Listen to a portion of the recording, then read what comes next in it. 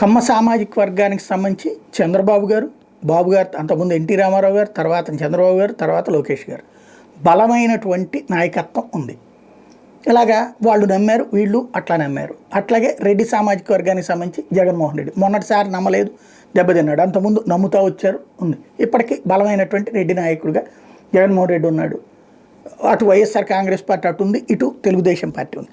కాపు సామాజిక వర్గంలో దాదాపు 7-8 కులాలు, ఏది శెట్టి బలిజందామా ఇట్లాగా వాళ్ళందరూ ఎవరికి వాళ్ళు అందరం కాపులు అనినే చెప్తారు. కానీ సంఘటితంగా లేకపోవడాన్ని గమనించి అసలు ఆంధ్రాలో రెడ్డి కమ్మ కంటే మేము ఎక్కువ అని బలంగా ఫీల్ అవుతున్నటువంటి వాళ్ళందరినీ ఒక తాటి మీదకి తీసుకురావడంలో 15 సంవత్సరాల పాటు పోరాడితే ఫైనల్గా పవన్ కళ్యాణ్ సాధించాడు. అంతకుముందు ఎవరో కూడా కాపు నాయకులు ఒక బలమైన నాయకులు తయారవుతుంటే మళ్ళీ వాళ్ళు ఏదో ఒక పార్టీలో చేరిపోయి ఆ విధంగా వాళ్ళు ఏదో ఒక పార్టీకి అయ్యారు తప్పించి బలమైన కాపు పార్టీ, బలమైన కాపు నాయకుడు లేకుండా పోయినటువంటి పరిస్థితి. అంటే బలమైన కాపు నాయకులు అంటే తెలుగుదేశంలో బలమైన కాపు నాయకులు, కాంగ్రెస్లో బలమైన కాపు నాయకులు, వైఎస్ఆర్సీపీలో బలమైన కాపు నాయకులు అనేటటువంటి ముద్ర ఉంది. కానీ ఒక బలమైనటువంటి కాపు పార్టీగా ఇప్పుడు దాన్ని తయారు చేసుకొచ్చారు పవన్ కళ్యాణ్. ఈ 3 సెట్ అయింది.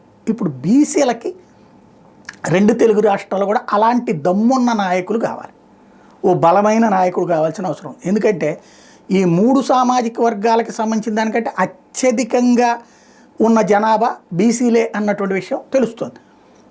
అక్కడ సరే కమ్మ సామాజిక వర్గంలో వేరే కులాలు లేవు, రెడ్డి సామాజిక వర్గంలో వేరే కులాలు లేవు, కాపు సామాజిక వర్గంలో కులాల వారికి ఆ లెక్కను చూసుకున్నప్పుడు ఇక్కడ 193 కులాలు ఉంటాయి. వీళ్ళందరినీ ఒక్కతాటి మీదకి నడిపించగలిగేటటువంటి ఇప్పుడు బీసీలు లేరా?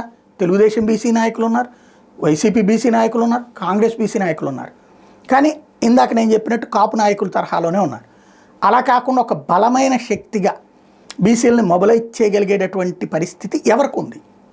లైక్ లాలూ ప్రసాద్ యాదవ్, ములాయం సింగ్ యాదవ్, నితీష్ కుమార్ ఇట్లాగా ఆంధ్ర తెలంగాణలో అలాంటి బలమైన నాయకులు పుట్టుకొస్తారా? లేదా ఇది ఒక పార్టీ ఓన్ చేసుకోవాలి, లైక్ ఉత్తరప్రదేశ్లో బీజేపీ ఓన్ చేసుకుంటున్నట్టు, లేదంటే కనుక బీహార్లో నితీష్ కుమార్ ఓన్ చేసుకుంటున్నట్టు, అంటే కూటమిగా ఓన్ చేసుకుంటున్నటువంటి తరహాలో బలమైన నాయకులు తయారవ్వాలి. అలా తయారవ్వడానికి అవసరమైన స్పేస్ ఇప్పుడు రేవంత్ తీసుకొచ్చినటువంటి జనాభా లెక్కల ద్వారా తేలింది. అలాగే జగన్ చేయించి జనాభా లెక్కలు ఆ తర్వాత దాచేసినటువంటి లెక్కల ద్వారా కూడా ఉంది. ఓవరాల్గా బీసీలు 40 నుంచి 55% 2 తెలుగు రాష్ట్రాల్లో కూడా ఉన్నారు. అది గనక సరిగ్గా ఒక బలమైన నాయకత్వం ఏదన్నా పార్టీ లీడ్ తీసుకోగలిగితే భవిష్యత్ రాజకీయమే మారిపోతుంది. అలాంటి రాజకీయ మార్పుకి ప్రయత్నం జరుగుతుందో లేదో చూడాలి.